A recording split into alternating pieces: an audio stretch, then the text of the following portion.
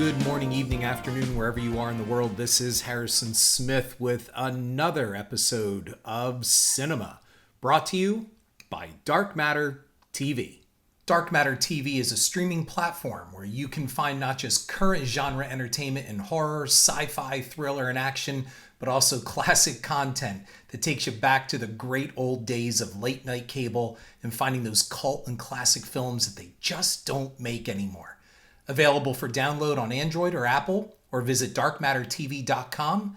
It's free, it's fun, and it's gonna grow. I was listening to a podcast last week where the hosts were talking about how Rotten Tomatoes ruined the 2017 box office. And you know, looking back, I did find where a number of articles were written attacking the aggregate site, basically saying that, you know, these kind of sites have impacted box office and caused the failure of a number of films, which I'll get into in this podcast. And this week, I wanted to talk to all of you, especially the filmmakers that are listening. I mean, some movies are review proof. Look at Transformers for one, or even Teenage Mutant Ninja Turtles. There are a number of films that have defied critical attacks and went on to be financially successful. So is this really true, or is this a cynical tactic by studios just to excuse bad product? So for this episode, I wanted to touch base on that.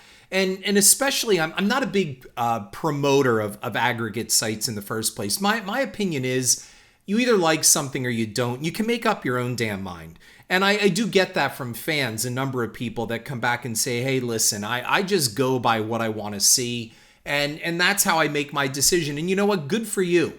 You don't need to be told. It's kind of like Oprah Winfrey, who has absolutely no qualification whatsoever as a literary expert, telling you thumbs up or thumbs down on her book list, her book club, and what she should recommend. It's just subjective. It's what Oprah likes. Now, I know the Rotten Tomatoes, for example, is a little bit different. They basically bring together, you know, professional critic consensus, and then they make a judgment call based from there by, you know, culminating the scores and giving this average. I have a link in my show notes to a New York Times article published on Rotten Tomatoes. I mean, the site has been around almost, 20 years.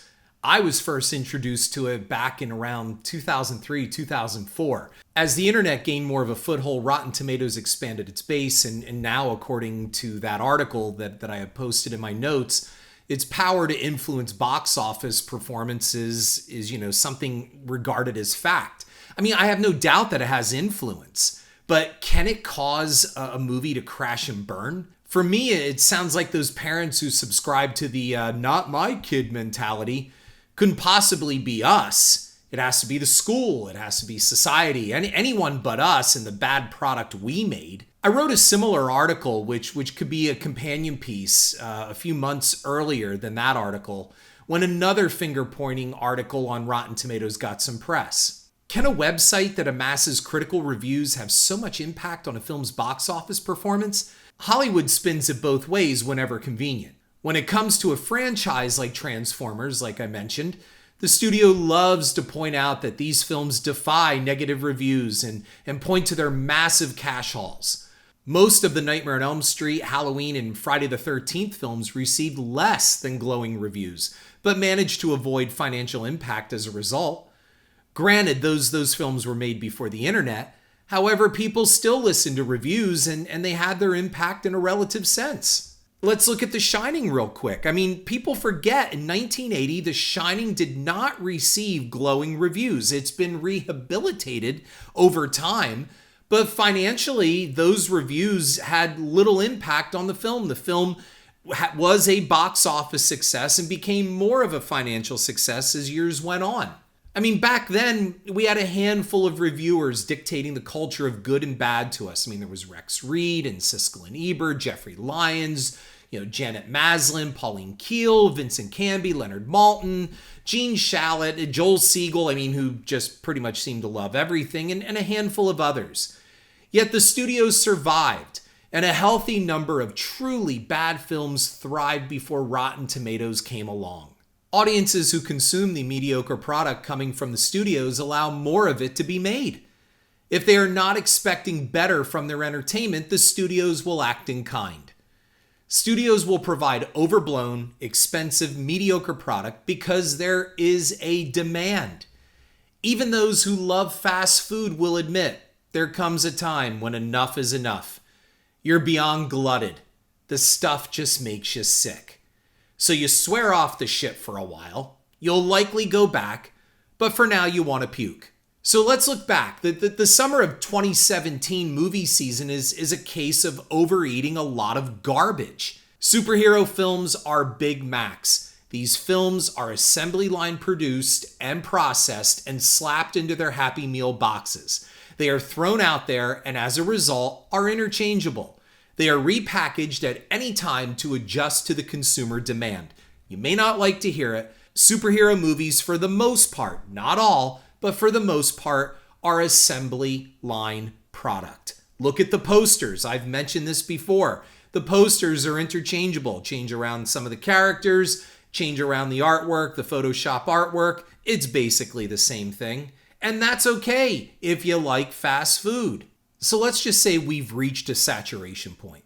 Constant reboots, studio regime changes, and an audience fickleness have convoluted the efforts to build detailed cinematic universes.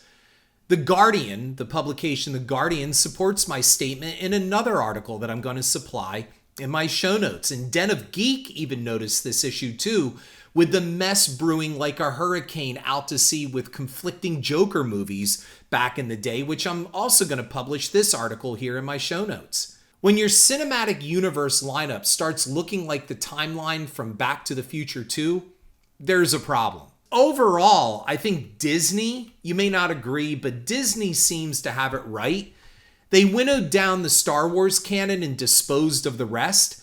Their control over the Star Wars universe is shown through the public changes of directors and statements of a vision. Whether fans are behind that vision is irrelevant. You may not like it, but Disney is in charge and they're letting the world know it. The Marvel world seems overloaded, and they're making an attempt to keep it all straight. On the flip side, messes like the Spider-Man franchise show the issues of reboots and swapping actors and a host of other things that sometimes I just can't keep up with it all. I mean, asking me right now, if you came up off the street and said, how many Marvel movies are there?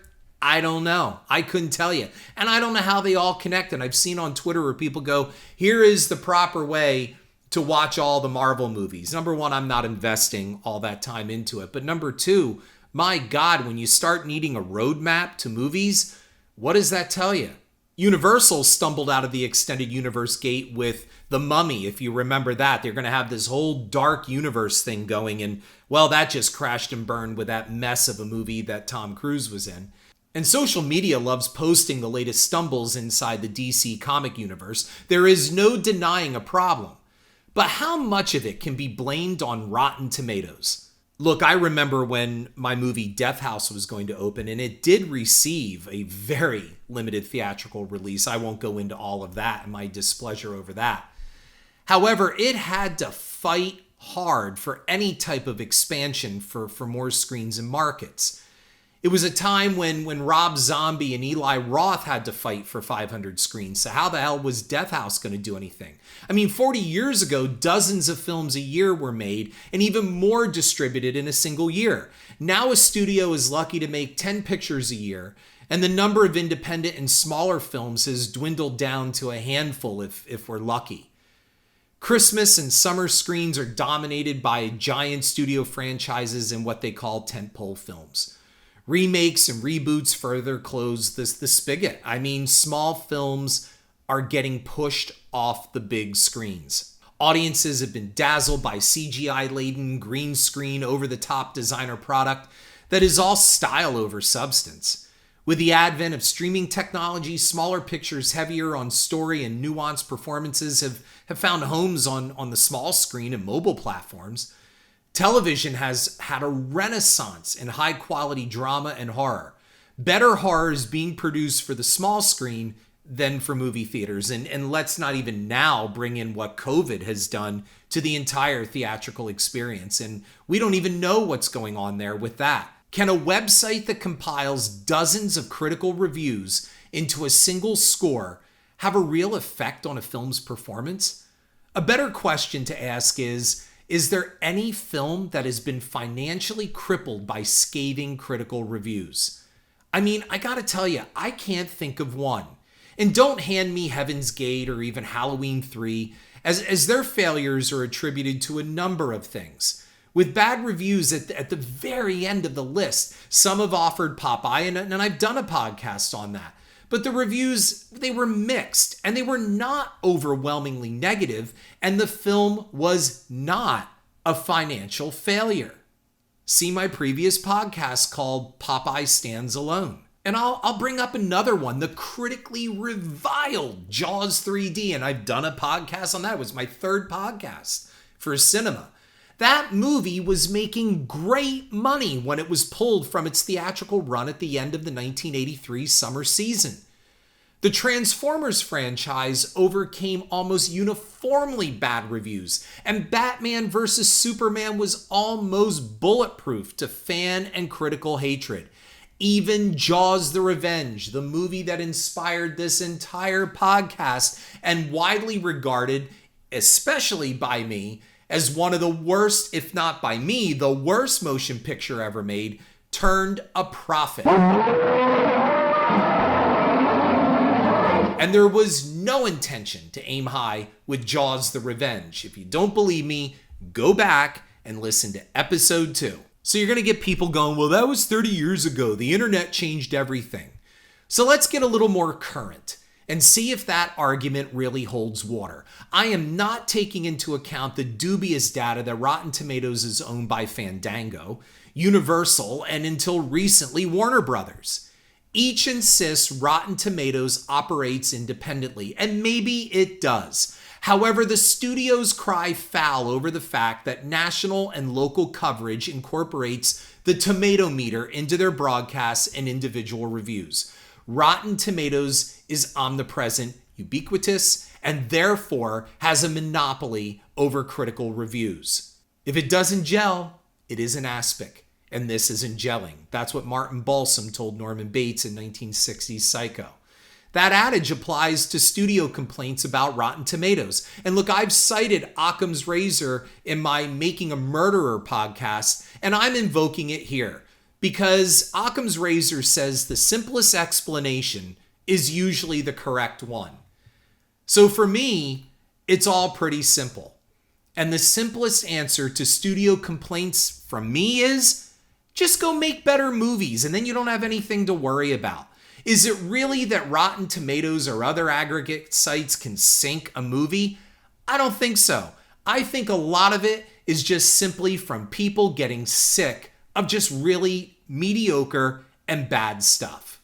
So let's look at the box office of 2017. The 2017 summer box office was a bomb because the studio product was mediocre at best. Superhero fatigue, remake disdain, sequel fatigue, and a tiring of franchises left audiences asking for something more, something fresh. The industry was looking to Stephen King's Pennywise Clown to salvage the fall of 2017, and it did. But the second part didn't do so much. I mean, financially, the second part was a success, but don't even get me started on that. Make better movies, and people will come to see them. Give a variety. Stop remaking beloved classic films, like Ghostbusters. In fact, I've always argued, remake the shitty ones. Go back and fix the bad ones. Somebody go back and fix Jaws 3 and totally forget Jaws 4. Somebody go back and fix that and remake that. Do something original. Take a chance and release more independent and smaller product. Stop rebooting and remaking franchises that are sequels but really aren't. And I'm looking at you, Jurassic World.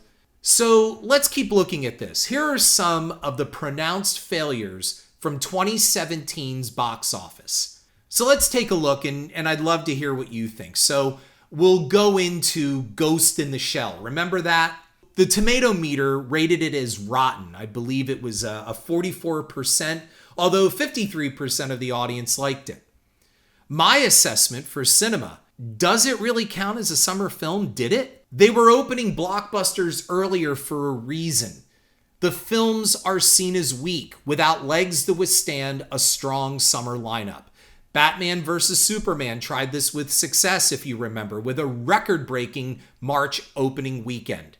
Fans were pissed off with the whitewashing of Scarlett Johansson in Ghost in the Shell, but this was a flat style over substance translation that just came and went. On top of it all, was anyone really asking for it? Keep with Black Widow.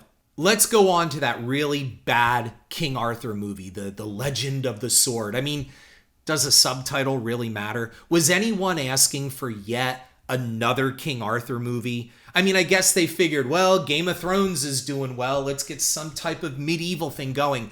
Aside from Excalibur, which I'm going to get pummeled for this, that I still to this day find excruciatingly dull, no one was even looking for a King Arthur movie.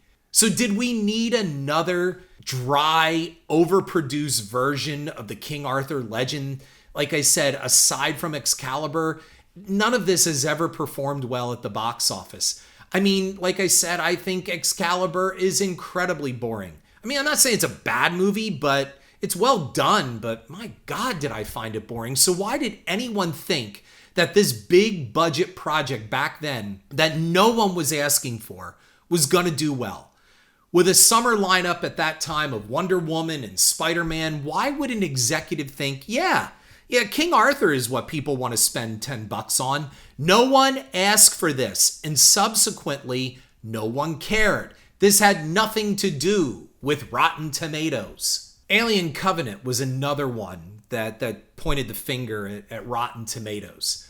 And it was barely assessed as fresh on their site. So you have another installment of more monsters chasing people, and it was Ridley Scott's return to the series that I really think fans hoped for more, a lot more. Prometheus was convoluted. It was heavy on the dogma and light in the wonder factor, but it was still an interesting start to a prequel adventure. Covenant tosses out an important character, Alien 3 style, with Dr. Shaw, and it puts the entire show on Michael Fassbender. I mean, we got beautiful sets and high production value, but no memorable characters, scenes, or script. We do get a retread, like I said, of monster chasing people through dark spaceship to be blown out into space situations. The whole thing was too long, overhyped, and it was just plain tired. None of it comes close to the original 1979 Alien or its stellar 1986 sequel. The movie showed up, and audiences yawned, but gave it a free pass because of its pedigree. But again, I don't see where Rotten Tomatoes had any type of impact on it. Johnny Depp's Keith Richards impression returned with Pirates of the Caribbean 5. I can't even believe they made that many of these things. And I never got the appeal of this whole franchise, aside from Depp's work, I guess. And that wore thin by the second film, and the rest is made money off silly fanboys and their geek love for the material. CGI green screens, big scope vistas, and Johnny Depp slurring for his paycheck brought him back for another round to ease his personal debts, from what I understand. Just what was different about this movie than the others? I mean, the original didn't offer that much, and really, when it's based on a Disney ride, how much was there in the first place? It's amazing this got past a trilogy. So I guess, kudos for that. But again, can you really tell the difference between any of these expensive, all-flash, no-meat Disney productions? Don't blame Rotten Tomatoes. Blame mediocre filmmaking. So, of course, we go to the 16% rated The Mummy. And even only 38% of audiences cared for Tom Cruise's The Mummy back then. I don't know what the score is right now, but I'm looking at what it scored back upon its release. The old Universal monsters like Frankenstein's monster, the Wolfman, or the Mummy, look, they're not meant to be superhero action franchises. The Marvel formula doesn't work.